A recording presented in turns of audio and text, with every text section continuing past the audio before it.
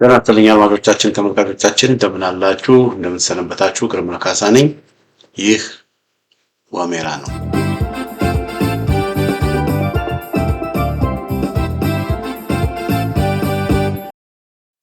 በዛሬው የዋሜራ መርሃ ግብራችን ከቴዲ አልበም ጋራ በተገናኘ የተሰጡ አንዳንድ አስተያየቶችን ይዤላችሁ ቀርቤያለሁኝ። የቀድሞ የአሜሪካ ፕሬዝዳንት ቲቦር ናጂ በቴዲ አፍሮ ጉዳይ ላይ የሰጡት አስተያየት አለ። እሱን አሰማችኋለሁ። እንደዚሁም ደግሞ እውቁ ኢኮኖሚስት ክቡር ገና አቶ ክቡር ገናም እንደዚሁ በዛ በሁለቱ ቴዲ ዙሪያ የሰጡትን የለጠፉትን አስተያየትም አቀርበላችኋለሁ እና እነዚህ ሁለቱ የቀድሞ የአሜሪካ አምባሳደር ቲቦር ናጂ እንደዚሁም የአቶ ክቡር ገና ለጠቅላይ ሚኒስትር አብይ አህመድን ጨምሮ ለአገዛዙ በአጠቃላይ ይሄ አሁን የቴዲን አፍሮን ክስተት እንደ ግብዓት ወስደውት ህዝብን እንዲያዳምጡ ጥሪ ያቀርባል እና በዛ አንፃር አገዛዙ አሁን በአልበሙ ዙሪያ እያደረገ ያለው ነገር ያዋጣዋል ወይስ አያዋጣውም በሚል ዙሪያ ላይ አንዳንድ ነበር ይዤላችሁ መጥቻለሁኝ እና ይሄ የቴዲ አልበም ጉዳይ ከዚህ በፊት በተደጋጋሚ እንደተናገርኩት ክስተት ነው። አድማጮቻችን ተመልካቾቻችን ትልቅ ክስተት ነው። በተለይ የህዝብን ብሶት፣ የህዝብን ስቃይ፣ የህዝብን ህመም፣ የህዝብን ቁስል በጣዕመ ዜማ በኪነት በአርት ያሳወቀ የገለጸ ነው እና በተለይም ደግሞ ዳስጣል የሚለው አልበም እጅግ በጣም ብዙ መነጋገሪያ የሆነ ነው እና በጣም በብዙዎች ውስጥ ያው በተደጋጋሚ ተነግሯል። በቃ ምንም ማብራሪያ የማያስፈልገውም ብዙ መናገር የማያስፈልገውም ኢትዮጵያ አሁን ያለችበት ሁኔታ የኢትዮጵያ ህዝብ አሁን ያለበትን ሁኔታ ሁልጭ አድርጎ ያስቀመጠ ነው እና የኢትዮጵያ ትልቅ ሀገር ለአፍሪካ ሀገሮች ሁሉ ትልቅ አርአያ የነበረች ሀገር ነፃነቷን አውጃ የመጀመሪያው ጥቁር ነፃነቷን ያረጋገጠች ሀገር አሁን ባለችበት ቁመና ግን በልጆቿ በእርስ በርስ መከፋፈል፣ በዘር መከፋፈል፣ በጎጥ መከፋፈል እርስ በርስ እየተገዳደሉ የእርስ በርስ ግድያ እየተገዳደሉ ኢትዮጵያውያን በኢትዮጵያውያን እጅ እየሞቱ እያለቁ በሚሊዮኖች እየተፈናቀሉ በሚሊዮኖች ቤታቸው እያደረጉ በቃ የጭካኔ መንፈስ ነው ያለው እና ያንን ሁኔታ ነው እንግዲህ ቴዲ አፍሮ በዚች በዳስጣል በሚለው እንትኑ ያቀረበው እና ይሄ እዚህ ጋር የምታዩት በተደጋጋሚ የማቀርበው ለምንድን ነው በጣም ልቤ ስላለ ያለውን ሁኔታ በትክክል ስለሚያስቀምጥ እዚህ ጋር የምታዩት የብሔር ብሔረሰብ ፖለቲካ ነው፣ የክልሎች ባንዲራ ነው፣ የትግራይ መሬት፣ የአማራ መሬት፣ የኦሮሞ መሬት የሚል ነገር ስለሆነ ያለው በቃ በጎጥ ፖለቲካው፣ በዘር ፖለቲካው፣ በይሄ በብሔር ብሔረሰብ በሚሉት ፖለቲካ ምክንያት አንድነት፣ አብሮነት፣ ፍቅር ወደ ጎን ተደርጎ ኢትዮጵያዊነት ወደ ጎን ተደርጎ የጋራ እሴት ወደ ጎን ተደርጎ እርስ በርስ መገዳደል፣ እርስ በርስ ደም መፋሰስ ነው እንግዲህ የነበረው ያለፈው እንግዲህ ከወያኔ ጊዜ ጀምሮ የነበረው ፖለቲካ ይሄ ፖለቲካ ነው። በቃ ኢትዮጵያውያን ዓለም አንድ የሆነ ባለበት ሀገር የተለያየ ነገድ፣ የተለያየ ጎሳ፣ የተለያየ ቋንቋ ያላቸው በአንድ ላይ መጥተው ትልቅ ሀገር እየመሰረቱ ባለበት ዘመን እንደና አሜሪካ ያሉ አሜሪካ አሁን የአንድ ነገድ አይደለችም። አሜሪካ እዚህ የነበሩ ሬድ ኢንዲያኖች አሉ፣ ኢንዲያንስ አሜሪካን ኢንዲጂነስ የሚባሉ አሜሪካኖች አሉ። እንደገና ደግሞ ከአውሮፓ የመጡ አሉ፣ ከአውሮፓም ደግሞ ከተለያየ ቦታ ከራሽያ የመጡ አሉ፣ ከአየርላንድ የመጡ አሉ፣ ከጀርመን የመጡ አሉ፣ ከፈረንሳይ የመጡ አሉ፣ የተለያየ ቋንቋ ከሚናገሩ ከስፔን የመጡ አሉ። እነዚህ ሁሉ አንድ ላይ መጥተዋል።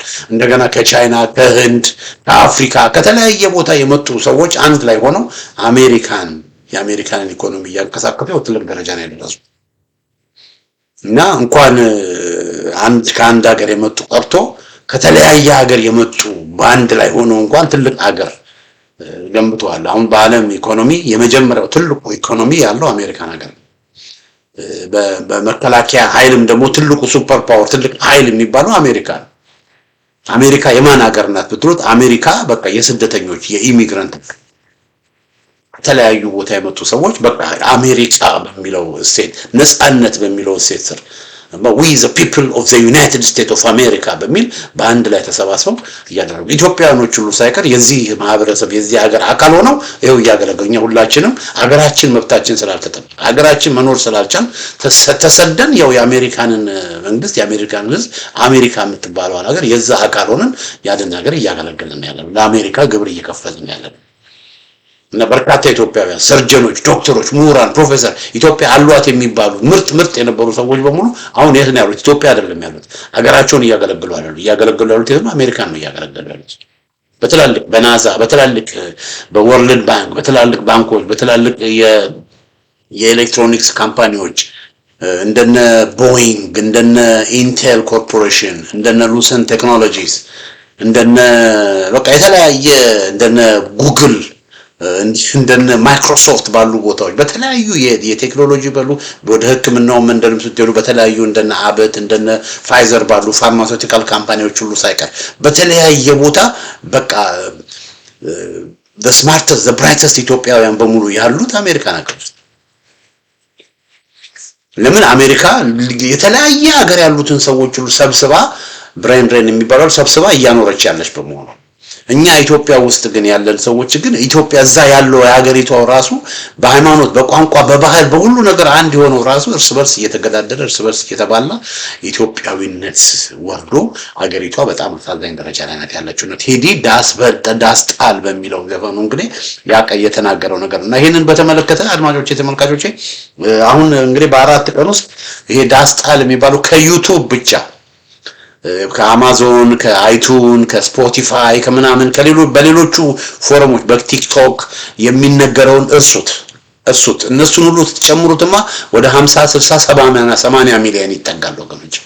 ነገር ግን በዩቲዩብ ብቻ ያውም ደግሞ በዩቲዩብ ደግሞ የቴዲን ዘፈን ወስደው ሌሎች የተለያዩ ዩቲዩበሮችም ደግሞ የሚያሰራጩትም አሉ።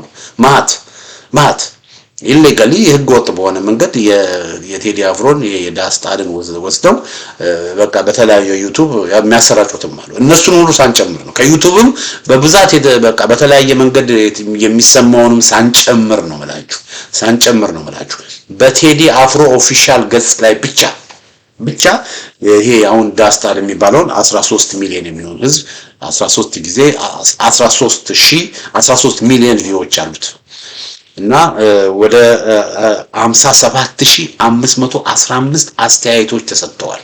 ምን ያህል ኢንጌጅ እንዳደረገ ምን ያህል ኢትዮጵያውያንን እያነጋገረ እያነቃቃ እንደሆነ አንዱ ምልክት ነው። 266000 ላይክ አለው እና ይሄ አልበምን በተመለከተ አድማጮቻችን ተመልካቾቻችን የአሜሪካው ፕሬዝዳንት ይቅርታ የአሜሪካ የቀድሞ አምባሳደር ቲቦር ናጂ በዚህ ጉዳይ ላይ አስተያየት ሰጥተዋል። ይሄ ነው ቲቦር ናጂ እኚህ ናቸው አድማጮቻችን ተመልካቾቻችን እና ቲቦር ናጂ በኢትዮጵያ አቆጣጠር በፈረንጆች አቆጣጠር ልንገራችሁ በፈረንጆች አቆጣጠር በአውሮፓውያን አቆጣጠር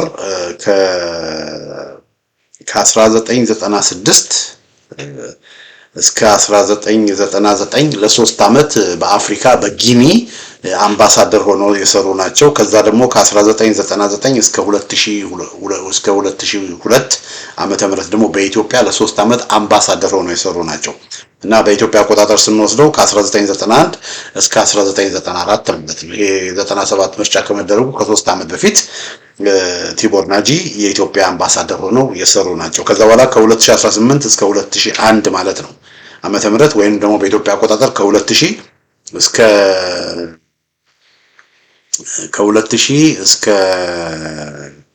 2016 ዓመተ ምህረት ደግሞ በአሜሪካ በስቴት ዲፓርትመንት አሲስታንት ሴክሬታሪ ኦፍ ስቴት ፎር አፍሪካን አፌርስ ሆነው ሰርተዋል። ያ ማለት ምንድነው? እንግዲህ የአሜሪካ ስቴት ዲፓርትመንት የአሜሪካ የውጭ ጉዳይ መስሪያ ቤት ማለት ስቴት ዲፓርትመንት ነው የሚባለው እና በአሜሪካ ስቴት ዲፓርትመንት ውስጥ ሴክሬታሪ ኦፍ ስቴት ይባላል። የውጭ ግንኙነት ሚኒስቴሩ የውጭ ጉዳይ ሚኒስቴሩ ሴክሬታሪ ኦፍ ስቴት ነው የሚባለው። ዲፓርትመንቱ ደግሞ የውጭ ጉዳይ ሚኒስቴር ፎሬን ሚኒስቴር ሳይሆን የሚባለው ሴክሬታሪ ዲፓርትመንት ኦፍ ስቴት ነው የሚባለው እና ሴክሬታሪ ኦፍ ስቴት የውጭ ጉዳይ ሚኒስቴር ማርኮ ሩቢዮ ነው። ለምሳሌ አሁን በሱ ስር ከሴክሬታሪ ኦፍ ስቴት ቀጥሎ ዴፒቲ ሴክሬታሪ ኦፍ ስቴት አለ። ሴክሬታሪው በተለያየ መንገድ ሴክሬታሪ ኦፍ ስቴቱ የውጭ ጉዳይ ሚኒስቴሩ በተለያየ መንገድ መስራት ካልቻለ እሱን ተኩቶ የሚሰራው ዴፒቲ ሴክሬታሪ ኦፍ ስቴት አለ። ከዛ ከዴፒቲ ሴክሬታሪ ኦፍ ስቴት በኋላ ሰብ ኮሚቴዎች አሉ እና አሲስታንት ሴክሬታሪዎች አሉ ሴክሬታሪ አለ፣ ዴፒዩቲ ሴክሬታሪ አለ፣ አሲስታንት ሴክሬታሪዎች አሉ። እና አሲስታንት ሴክሬታሪ ለምሳሌ አሲስታንት ሴክሬታሪ ፎር ዘ ሚድል ኢስት፣ አሲስታንት ሴክሬታሪ ፎር ላቲን አሜሪካ፣ ፎር ዘ ሳውዝ ምናምን፣ አሲስታንት ሴክሬታሪ ፎር ዚስ፣ አሲስታንት ሴክሬታሪ ፎር ዛት፣ አሲስታንት ሴክሬታሪ ፎር ሂውማን ራይት ተብሎ ለተለያየ ጉዳዮች አሲስታንት ሴክሬታሪዎች አሉ። እና ለአፍሪካም ደግሞ አሲስታንት ሴክሬታሪ ፎር አፍሪካን አፌርስ የሚባል አለ ማለት ነው።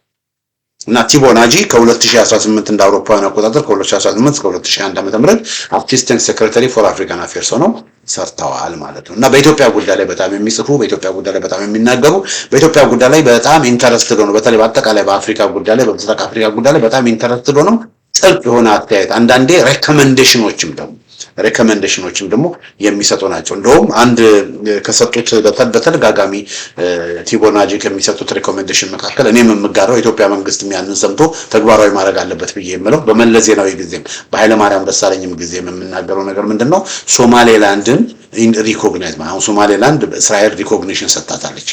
ነገር ግን እስራኤል ሪኮግኒሽን ከመስጣቷ በፊት ኢትዮጵያ ሶማሌላንድን ሪኮግናይዝ ማድረግ አለባት የሚል አቋም ነው የነበረኝ በድሮ በነመለስም ጊዜ በነ ኃይለ ማርያም ደሳለኝም ጊዜ አሁንም በአብይም ጊዜ ሶማሌላንድን ኢትዮጵያ ሪኮግናይዝ ማድረግ አለባት የሚል ጠንካራ አቋም ነው ያለኝ። ያም ደግሞ አቋም ያለኝ አንደኛ የኢትዮጵያን ኢንተረስት ከማስጠበቅ አንፃር፣ ሁለተኛ ደግሞ ከታሪክም አንፃር ማለት ሶማሌላንድ በታሪክ የኢትዮጵያ አካል ከኢትዮጵያ ጋር ከሐረር ጋር ይሄ የአዳር ሱልጣኔት የኢፋት ሱልጣኔት ተብሎ ከኢትዮጵያ ጋር የነበረ እንጂ ከኢትዮጵያ ጋር ትስስር ያለው እንጂ ከሞቃዲሾ ጋር ግንኙነት ኖሮታል። ከሞቃዲሾ ጋር ግንኙነት ኖሯቸው የሚያውቁት ሶማሌላንዶች ከእንግሊዝ ቅኝ ግዛት ነፃ ከወጡ በኋላ ከ1960 እስከ 1991 ዓመተ ምህረት ለ30 ምናምን ዓመት እሱም ደግሞ በጦርነት ጊዜ ውስጥ የነበረ ነውና የሶማሌላንድ ከኢትዮጵያ ጋር መሆን በጣም ለኢትዮጵያ የኢትዮጵያን ጥቅም የሚያስጠብቅ ነው። ለሶማሌላንድም ደግሞ ጥቅም ነው። እዛ አካባቢ ላለው ማህበረሰብ በተለይም ደግሞ ለኢሳቅ እና ለኢሳ ለድሬ እና ለኢሳቅ ጎሳዎች አብዛኞቹ ኢትዮጵያ ውስጥ ስለሆነ ያሉት ከኢትዮጵያ ጋር ትስስር መፍጠሩ በጣም አስፈላጊ ነው በሚል ሶማሌላንድን ኢትዮጵያ እውቅና መስጠት አለባት የሚል አቋም ነው ያለኝ። ያንንም አድቮኬት አደርጋለሁ። ምናልባት በዚህ ጉዳይ ላይ ወደፊት በስፋት የምንመለስበት ይሆናል እና ቲቦናጂም ይሄንን ነው የሚነግረው። በተደጋጋሚ ሶማሌላንድ እውቅና ሊሰጠው ይገባል የሚል አስተያየት በተደጋጋሚ ሲጽፉ ያሉና እንደዚህ አይነት አስተያየቶች ትንሽ አውት ኦፍ ዘ ባክስ የሆነ ብዙ ሰዎች የማይደፍሩት ነገር ግን ጠቃሚ የሆኑ ሀሳቦችን ቲቦናጂ የሚሰጡ ናቸውና ቲቦናጂ በቴዲ አልበም ዙሪያ ላይ አስተያየት ሰጥተዋል። በጣም ጠቃሚ ምክር ለአገዛዙ አቅርበዋል። አገዛዙ የሚሰማ ከሆነ ማለት ነው። እና ምንድነው የሚሉት musicians are often more effective at telling truth to power than journalists or experts ቲቦናጂ ምንድነው የሚሉት musicians የኪነ ሰዎች የአርት ሰዎች are often more effective at telling truth to power than journalists or experts ይላሉ። like him or hate him ውደዱትም ጥሉትም ከምንድነው musicians ሙዚቀኞች ከጋዜጠኞችም ወይም ከባለሙያዎችም የበለጠ አንዳንዴ መልእክቶቻቸውን በትክክል እውነትን በትክክል ማቅረብ ይችላሉ ነው የሚሉት። ከዛ like him or hate him ውደዱትም ጥሉትም ይላሉ። ለምን የሚወዱትም የሚጠሉትም እንዳሉ ስላወቁ ማለት ነው። ቲቦናጂ Teddy Afro deserves credit for his willingness and courage in saying through song what he sees as failures in the Ethiopian politics ይላሉ።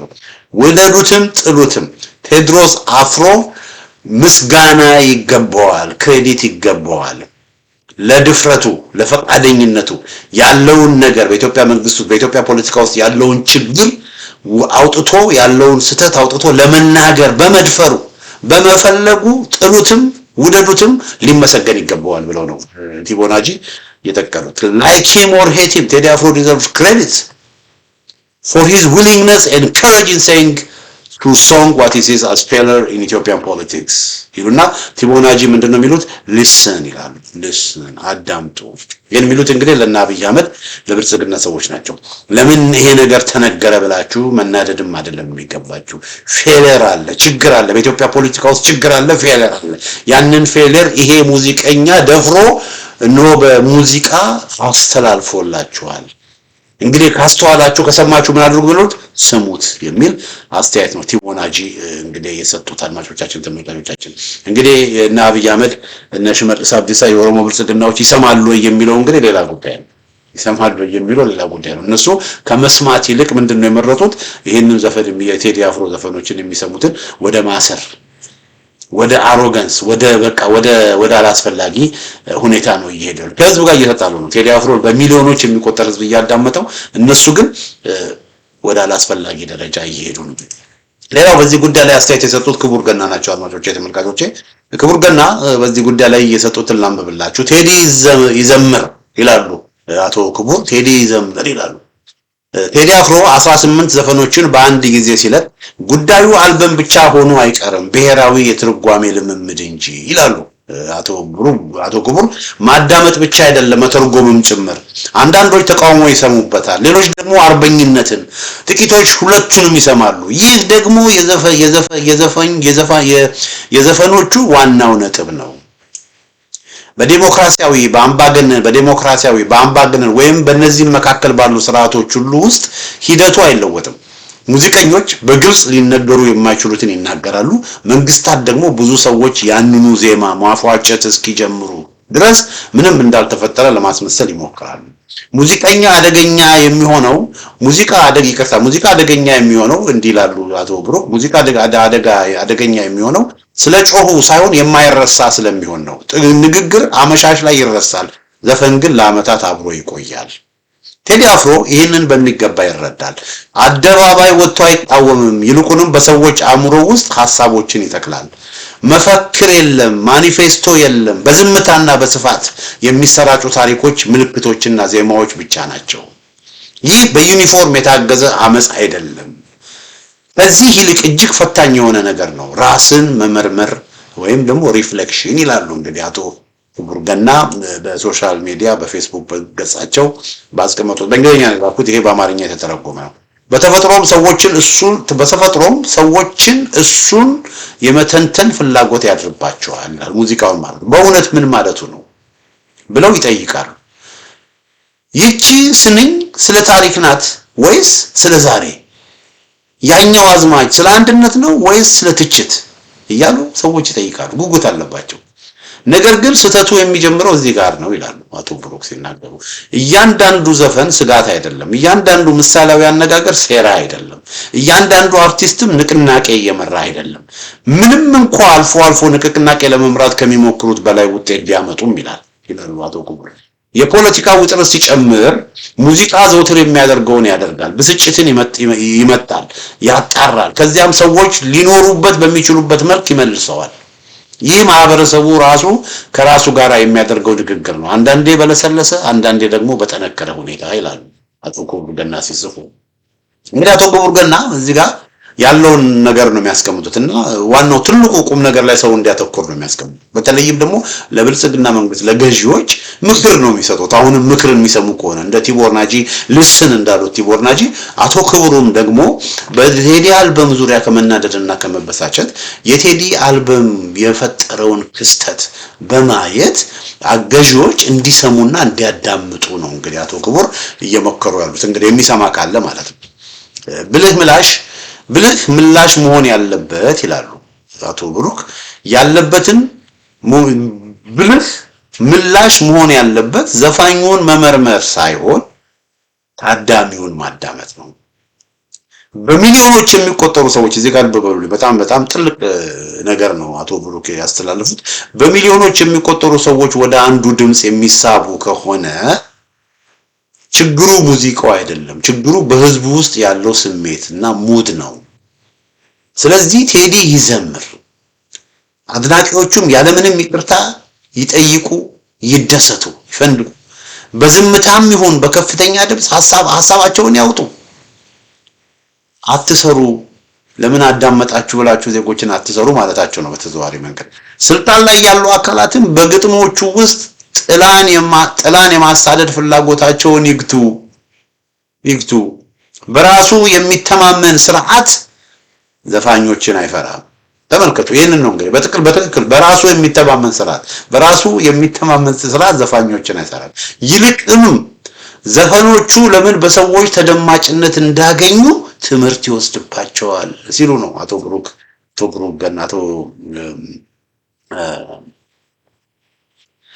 አቶ ክቡር ገና የጠቀሱት ትምህርት ይወስዱባቸዋል።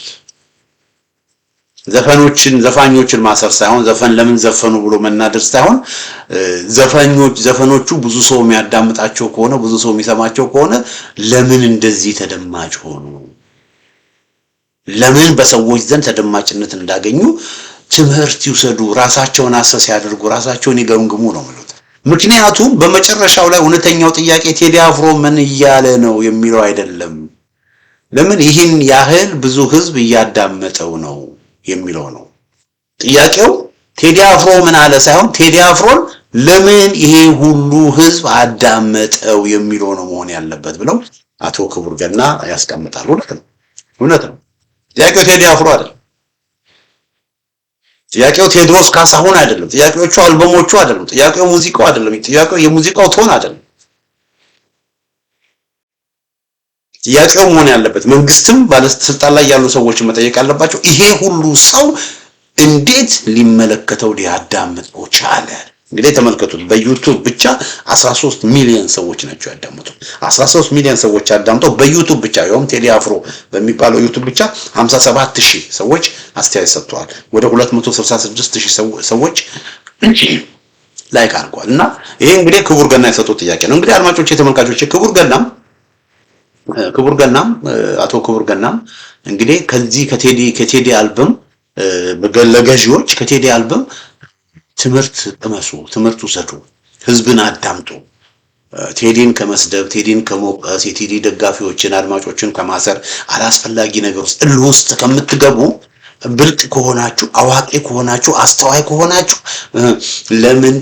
ለምንድነው ቴዲ አፍሮን ይሄን ሁሉ ሰው ያዳመጠው? ሳምቲንግ ኢዝ ሮንግ ብላችሁ ራሳችሁን መርምሩና ራሳችሁን አስተካክሉ የሚል ምክር ሐሳብ ነው አቶ ክቡር ገና የሰጡት። ቲቦናጂም ይሄንን ነው ያለው። ቲቦናጂም ልስን አዳምጡ ብለው ነው ምክር ሐሳብ የሰጡት።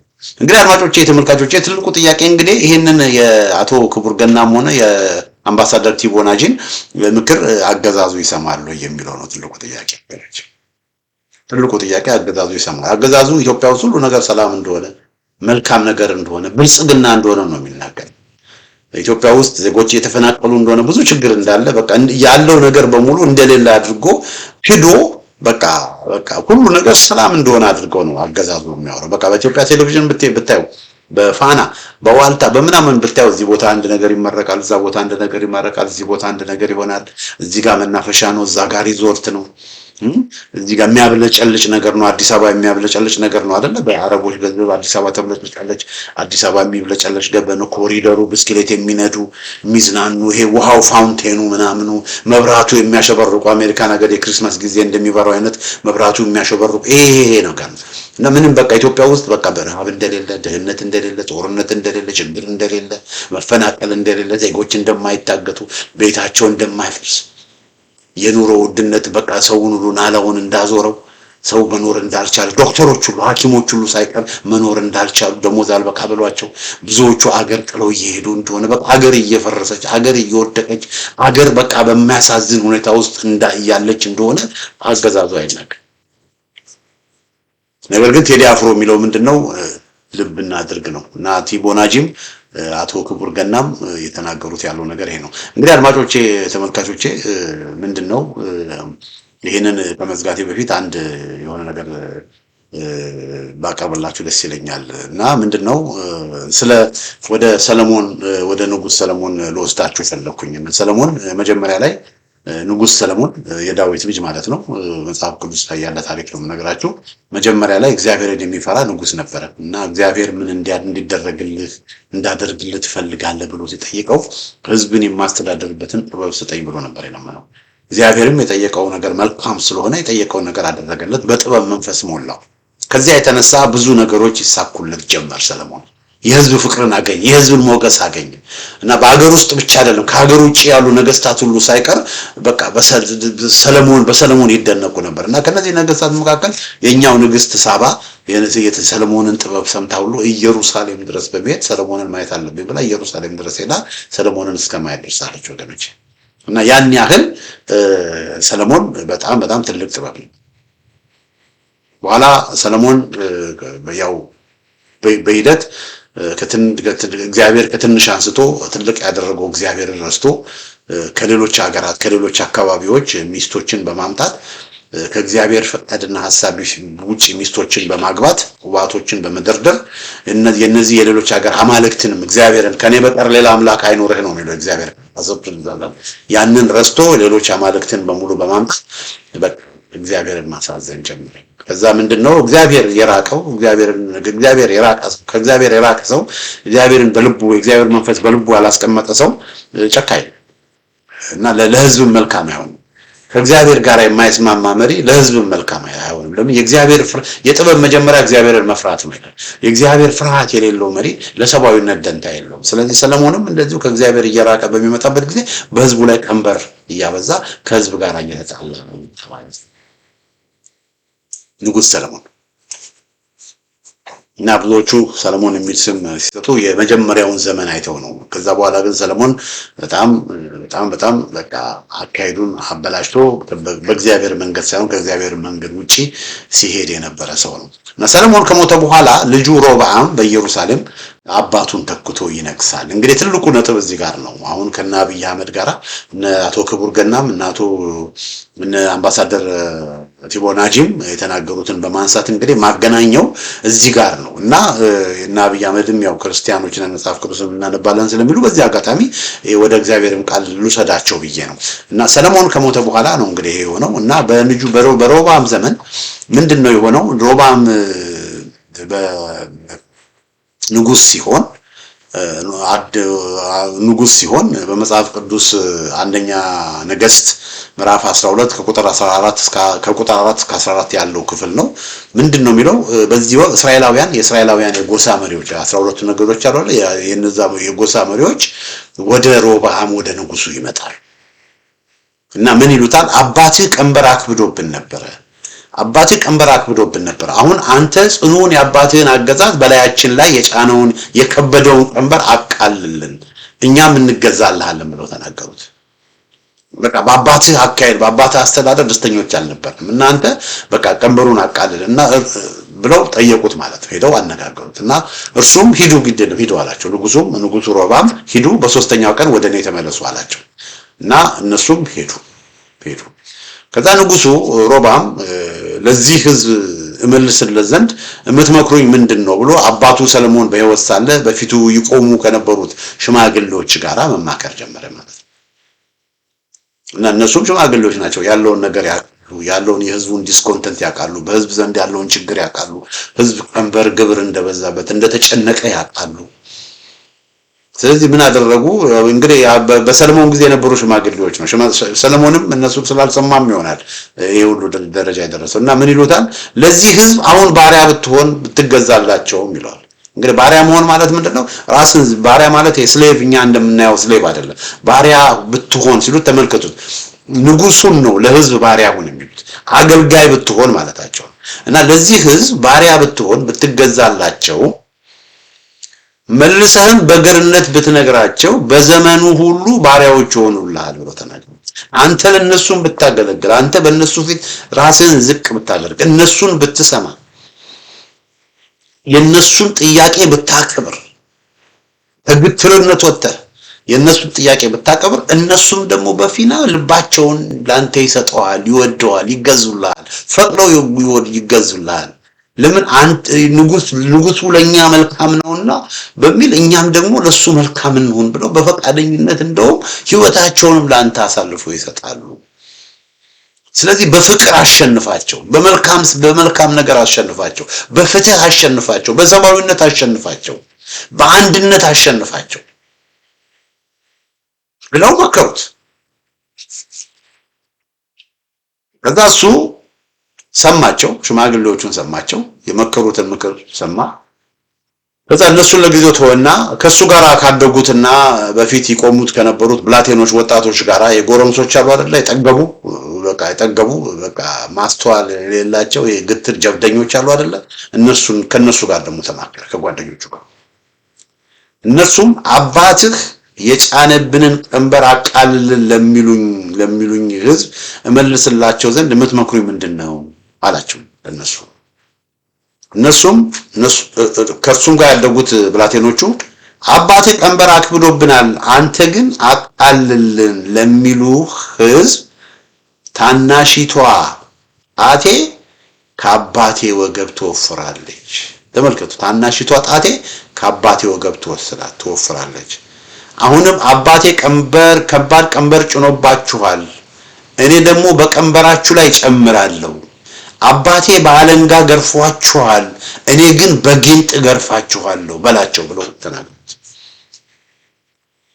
አሁን እንደዚህ ነገር ጠይቀውህ ካደረክላቸው ነገ ይንቁሃል ነው። ስለዚህ እንደውም የበለጠ እንዲፈሩት የበለጠ እንደውም ከአባቴው የበለጠ እንደውም ጨካኝ ሆነባቸው።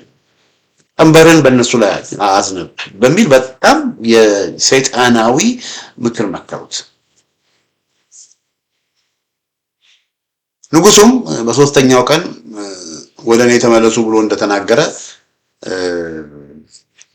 የአንዱ የሽማግሌዎቹ አንዱ ኢዮራባም ይባላል። ኢዮራባም የሚባለው ሰውዬም እንዲሁም ሌሎችም መጥተው ህዝቡ ሁሉ በሶስተኛው ቀን ወደ ሮብዓም መጡ ማለት ነው፣ ወደ ንጉሱ የንጉሱን መልስ ለመስጠት እና ንጉሱ ሽማግሌዎቹ የመከሩትን ምክር ትቶ ህዝቡን አክብር፣ ህዝቡን ስማ፣ ህዝቡ የሚለውን ነገር አድርግ የሚለውን ምክር ትቶ ወጣቶቹ የመከሩትን ነገር አደረገ። እኔ ቀንበር አክብዳችሁ ምንድነው አባቴ ቀንበር አክብዶባችሁ ነበር፣ እኔ ግን በቀንበራችሁ ላይ ጨምራለሁ። አባቴ በአለንጋ ገርፏችሁ ነበር፣ እኔ ግን በጊንጥ ገርፋችኋለሁ ብሎ ተናገረ እና ህዝብን በቃ ኮምፕሊትሊ ለህዝብ ደንታ እንደሌለው ተናገረ። ለህዝብ ቦታ እንደሌለው፣ ክብር እንደሌለው ተናገረ። ከዛ በኋላ ምን ሆነ? አድማጮቼ መጽሐፉ ላይ እንደምናየው ህዝቡ አመፀ። ኢዮራባም የሚባለው አንዱ ከሽማግሌዎቹ አንዱ አብዛኛውን ህዝብ አስተባብሮ እስራኤል የምትባል አንድ ሀገር ነበረች። ከዛ በኋላ ለሁለት ተከፈለ። 12 ነገድ ያለበት ነበር። 10 ነገድ የያዘው ክፍል ከሮብዓም መንግስት ተለየ። አገር እስራኤል የምትባለው ሀገር ምኖች ማለት ተከፈለች። አክብረውት ግብር ቀንስልን ብለውት ህዝቡ የሚጠይቅ የህዝብ ጥያቄ ነው። የህዝቡን ጥያቄ ሰምቶ እሺ ቢል ኖሮ ችግር አይፈጠርም ነበር። ነገር ግን የህዝብን ጥያቄ ባለመስማቱ የሁሉ ችግር ተፈጠረ እና አሁንም እነ አብይ አህመድ 4 ኪሎ ያሉ ሰዎች 4 ኪሎ ብልጽግና ያሉ ሰዎች ማስተዋል ቢኖራቸው ጥበብ ቢኖራቸው ቆም ብሎ ማሰብ ይችላሉ ነበር።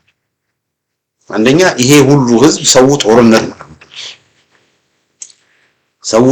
በቃ በተለያየ ቦታ በህዝብ ላይ የከፈቱትን ጦርነት ያቆሙ ነው።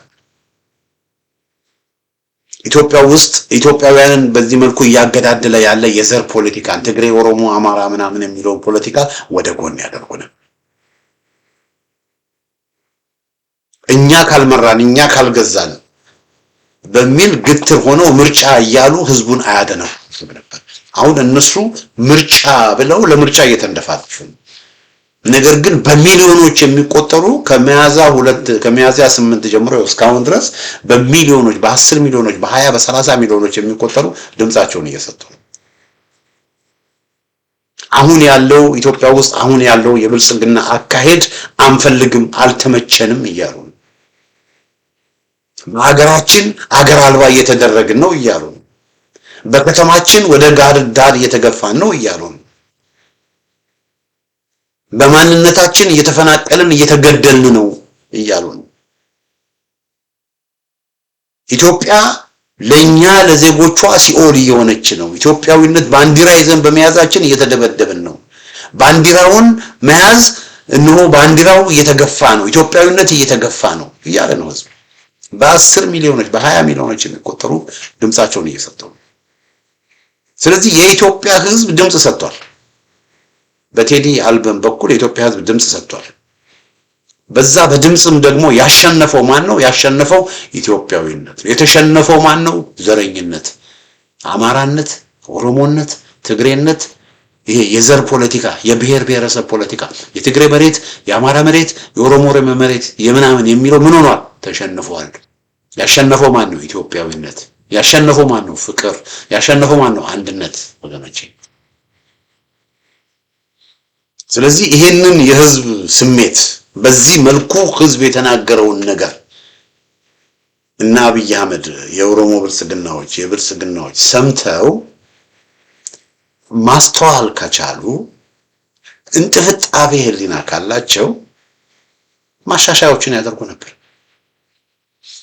በዚህ መልኩማ ህዝብ ከጠላን፣ በዚህ መልኩማ ህዝብ የተነሳብን፣ በዚህ መልኩማ ህዝብ በአካሄዳችን ከተንገፈገፈ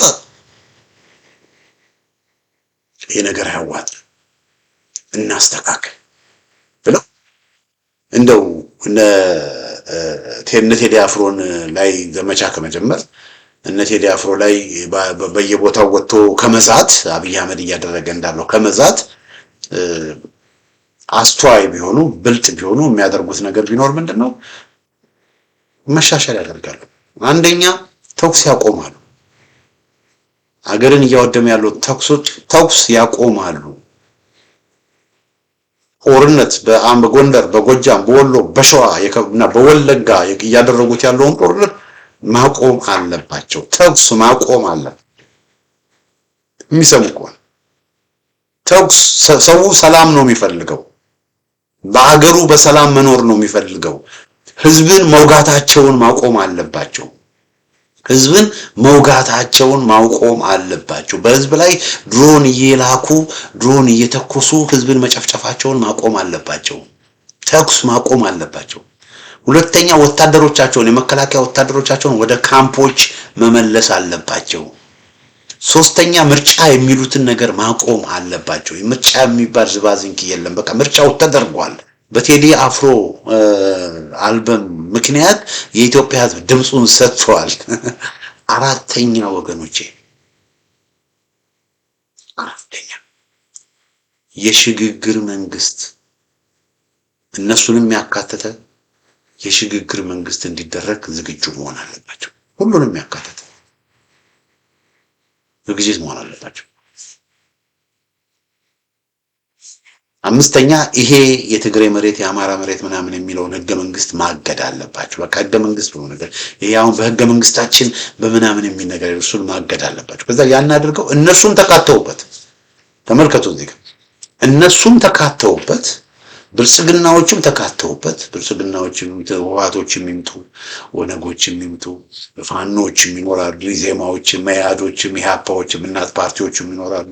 እነዚህ ሁሉ ተካተው ሁሉንም አሳታፊ ይሆን የሁሉንም ጥያቄ በተወሰነ መልኩ የሚያሟላ ሁሉንም አሸናፊ የሚያደርግ ስርዓተ መንግስት የሽግግር መንግስት ተቋቁሞ ከዛ በኋላ ለሁሉም የሚመች እውነቴን ነው የምላችሁ ሁሉንም ሊያስማማ የሚችል ዘመናዊ የሆነ የሁሉንም ደህንነት የሚጠብቅ ህገ መንግስት ይጻፋል። ያን ለማድረግ ይዘጋጁ።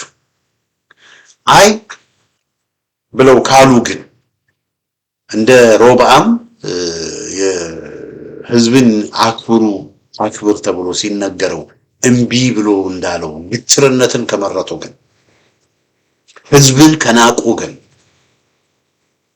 አወዳደቃቸው በጣም መጥፎ ነው የሚሆነው። በጣም መጥፎ ነው የሚሆነው እና አሁንም የምለው ምንድነው እኔ ይሰማሉ ብዬ አይደለም፣ ግን መናገር ስለሚያስፈልግ ቲቦናጂ አዳምጡ። ይሄ ሁሉ ህዝብ ቴዲ አፍሮን ማዳመጡ ኢትዮጵያ ውስጥ ችግር ስላለ ነውና ልስን እያሉ ነው ቲቦናጂ። ኢትዮጵያን በደንብ የሚያውቁ አምባሳደር አቶ ክቡር ገና ቴዲ አፍሮን ለምን ተናገረ ብላችሁ ቴዲ አፍሮን ከማሳደድ ደጋፊዎቹን ሌሎችን ከማሳደድ በሱ ላይ ከመነሳት ያንን አቁሙና ቁም ነገሩ ቴዲ አፍሮ አይደለም። ቁም ነገሩ ቴዲ አፍሮን ይሄን ሁሉ ህዝብ ሁሉ ሚሊዮን ህዝብ እንዴት ሊሰማው ቻለ ብላችሁ ጠይቁና ከዚህ ትምህርት ውሰዱ የሚል አባታዊ ምክር ነው የመከሩት። እኔም ደግሞ ያው የመጽሐፍ ቅዱስን ታሪክ ጠቅሼ የሰለሞን ልጅ የሮብዓምን ታሪክ ጠቅሼ ህዝብን አክብሩ፣ ህዝብን አለማክበር ዋጋ ያስከፍላል የሚል ምክር ሐሳብ እንደዚህ አጋጣሚ ይሰጣለሁ። ሰሙም አልሰሙም ማለት ነው። ሰሙም ይሰማሉ ብዬ እምነት የለኝም፣ ያዳምጣሉ የሚል እምነት የለኝም። ግን ለማንኛውም ግን ያው መነገር ስላለበት ያንን እናገራለሁ። አድማጮቼ፣ ተመልካቾቼ እንግዲህ ያለው ሁኔታ ይሄ ነው። ከዚህ በኋላ የሚሆነውን እናያለን። አድማጮቻችን፣ ተመልካቾቻችን በመጨረሻ አንድ የምለው ነገር ምንድነው ያ በግሌ በአገሬ ሰላም እንዲሆን የሁላችንም ፍላጎት እና እነዚህ ሰዎች 4 ኪሎ ያሉ ሰዎች እግዚአብሔር ልሞና ሰጥቷቸው ተለውጠው የሚበጀውን ነገር ቢያደርጉ ከማንም በላይ ደስተኛ ነኝ። ከማንም በላይ ደስተኛ ነኝ። እኔ የቂም በቀል መንፈስ ውስጥ የለም። እንደዚህ አድርገውና ነበርና እንደዚህ ሆነው ነበርና መጨፍጨፍ አለባቸው መገደል አለባቸው የሚል ቢተርነስም አንገርም የለብኝም። ከዚህ በፊት ጥፋት ያጠፉም ቢሆን ቢያንስ በመጨረሻው ሰዓት ይሄ ከስህተቶቻቸው ተምረው ለእንደው አገርን ወደ መልካም መንገድ የሚያመጣ ስራ ከሰሩ በግሌ ደስ ይለኛል። ነገር ግን እነሱ ያንን እያደረጉ አይደለም እና ግትርነትን የመረጡ ይመስለኛል። ግትርነት ደግሞ አወዳደቃቸው በጣም መጥፎ ነው የሚያደርገው። ወደዱም ጠሉም አይቀጥሉም። ለምን አሁን እነሱን በኃይል ለማስወገድ እየተንቀሳቀሰ ያለ እየሰራ ያለ ኃይል አለ። እንደ ድሮ አይደለም እንደ ድሮ አይደለም። አዲስ አበባ ደጃፍ የደረሰ ትልቅ ኃይል አለ። ስለዚህ እኛ አሁን ምንድነው ያ ከመሆኑ በፊት እና ያ እስኪሆን ደግሞ የበለጠ ሰውም ደምም ከሚፈስ ለአንድ ቀንም ለሁለት ቀንም ለአንድ ወርም ለምን አይሆንም? ከዚህ በኋላ ሰው በቃ ደም መፍሰስ የለበትም፣ ሰው መሞት የለበትም። ስለዚህ ነገውኑ ተኩስ አቁም ቢያውጁ እሰየው። ከዚህ በኋላ ለምን ሰው ይሞታል? እስካሁን የሞተው አይበቃም? ለምን ሰው ይበቃል?